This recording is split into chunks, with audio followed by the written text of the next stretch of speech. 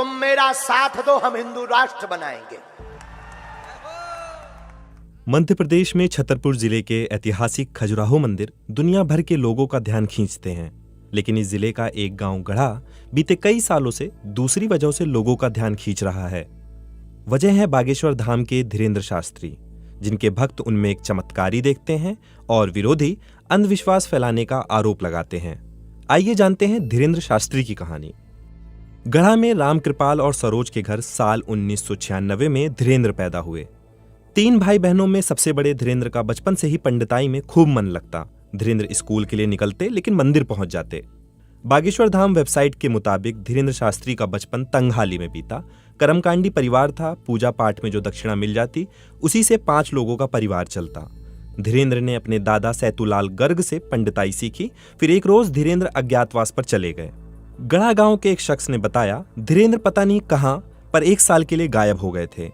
लौटे तो एकदम अलग थे। धीरे धीरे विधायकों बाहुबलियों का आना शुरू हुआ। आप ये समझो कि ये बने तो कांग्रेस नेताओं के कारण है, पर आज जो हो रहा है उसमें भाजपा का रोल है, वरना 5 साल पहले तक तो ये साइकिल और मोटरसाइकिल से घूमा करते थे। धीरेंद्र शास्त्री अब प्लेन और कई बार प्राइवेट जेट से चलते हैं। भारत से लेकर लंदन तक उनका सम्मान होता है। बागेश्वर धाम मंदिर वाली जगह पर पहले एक प्राचीन शिव मंदिर था और उसके पास ही बालाजी का मंदिर। चंदला विधानसभा के पूर्व विधायक और मौजूदा बीजेपी विधायक राजेश प्रजापति के पिता आरडी प्रजापति कहते हैं, इन लोगों के पास घर द्वार कुछ नहीं था। पास में एक सामुदायिक भवन था जिसमें ये लोग बरसाती डालकर रहते थे, पूजा पाठ करते थे, गांव वाले मदद कर देते थे। धीरे धीरे इन्होंने दरबार लगाना शुरू किया। धीरेंद्र के आगे बढ़ने में इंटरनेट का भी अहम रोल है और सोशल मीडिया पर उनके आज लाखों समर्थक हैं। धीरेंद्र के दरबार में जाने के लिए टोकन लगाना पड़ता है। धीरेंद्र के बढ़ते असर के चलते गढ़ा गांव में अब व्यावसायिक गतिविधियां भी तेज हो रही हैं। इसके साथ ही जमीन पर कब्जा करने से जुड़े आरोप भी धीरेंद्र पर लग रहे हैं। आरडी प्रजापति आरोप लगाते हैं, गांव में एक तालाब था, शमशान जहां मुर्दे जलते थे उस पर कब्जा कर लिया। गांव के सामुदायिक भवन पर भी कब्जा किया। ये ऐसा इलाका है जहां आज भी अंधविश्वास है। 5 रुपए के लॉकेट को 5000 तो कभी 51,000 में दे दिया जाता है। ऐसे ही करोड़ों में खेल गए। इस तरह से इनका व्यवसाय चलने लगा। धीरेंद्र के चचेरे भाई लोकेश इन आरोपों को खारिज करते हैं। इन आरोपों पर छतरपुर के डीएम से हमने संपर्क किया पर कोई जवाब नहीं मिला। धीरेंद्र के समर्थकों में स्थानीय नेताओं के अलावा कैलाश विजयवर्गीय, महाराष्ट्र के डिप्टी सीएम देवेंद्र फडणवीस, मध्य प्रदेश के गृह मंत्री नरोत्तम मिश्रा और नितिन गडकरी जैसे नेता भी शामिल हैं। धीरेंद्र पर अंधविश्वास फैलाने के आरोप हाल के दिनों में तब और बढ़ गए जब अंधश्रद्धा निर्मूलन समिति के श्याम मानव ने धीरेंद्र शास्त्री को उनके चुने हुए लोगों के बीच चमत्कार दिखाने की चुनौती दी थी। इसके बाद धीरेंद्र के कार्यक्रम वक्त से पहले रद्द करने और मीडिया में खबरों के आने का सिलसिला शुरू हुआ। अपनी सभा में धीरेंद्र शास्त्री भूत प्रेतों का इलाज करने का दावा करते हैं। वो मंच से बुदबुदाते हैं, फूंक मारते हैं, इनके सर में चमीटा मारे जाएं। धीरेंद्र कहते हैं, ये मैं नहीं कर रहा, बालाजी की कृपा है। धीरेंद्र भक्तों की समस्या के अलावा फिल्मों पर भी बात करते हैं और हिंदू राष्ट्र बनाने की भी बात करते हैं। तुम हमारा साथ दो, हम हिंदू राष्ट्र बनाएंगे। 23 जनवरी 2023 को धीरेंद्र ने कहा, हमने आज भारत के इतिहास में नया नारा बनाया है, तुम मेरा साथ दो, हम हिंदू राष्ट्र बनाएंगे। मई 2022 में धीरेंद्र शास्त्री का एक वीडियो वायरल हुआ था। वीडियो में एक शख्स धीरेंद्र के पैर छूते दिखता है। धीरेंद्र उसे रोककर कहते हैं, छूना नहीं हमें, अछूत आदमी है।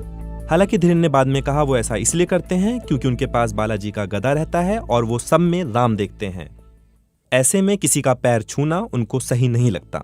इसके अलावा भी धीरेंद्र के कुछ बयान चर्चा में रहे, जैसे सरकार कब तक गिराएगी बुलडोजर से, हिंदुओं को गिराना होगा। शायद आप सोच रहे होंगे कि धीरेंद्र जो करते हैं वो असल में है क्या। इस सवाल के कई जवाब हैं। धीरेंद्र से पूछेंगे तो जवाब मिलेगा, हम कुछ नहीं कर रहे, सब बालाजी कर रहे हैं और हमसे करवा रहे।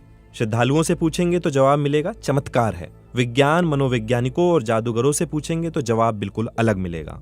एक कला होती है जिसका नाम है मेंटलिज्म। इसे माइंड रीडिंग यानी दिमाग को पढ़ना भी कहते हैं।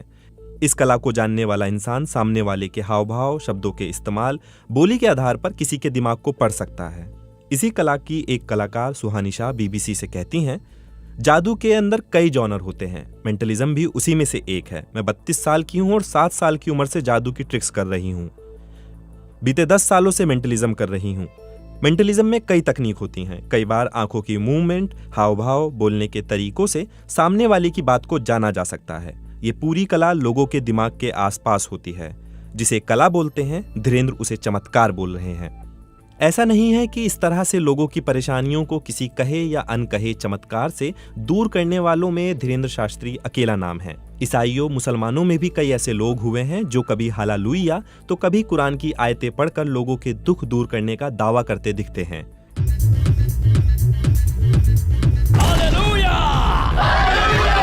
सोशल मीडिया पर ऐसे कई वीडियो उपलब्ध हैं जिसमें हालेलुया कहकर विकलांगों को चलते, व्हीलचेयर से उठकर दौड़ते और आंखों की रोशनी लौटाने का दावा करते कुछ स्वघोषित गुरु दिखते हैं। पीके और ट्रांस जैसी कुछ फिल्मों में इन स्वघोषित गुरुओं पर तंज भी कसा गया है। पर्दे पर भले ही ऐसे लोगों की कहानियां और सच सामने लाने की कोशिशें हो रही हों, लेकिन हकीकत में लोगों की श्रद्धा और विश्वास धर्म से जुड़े गुरुओं पर बढ़ रहा है।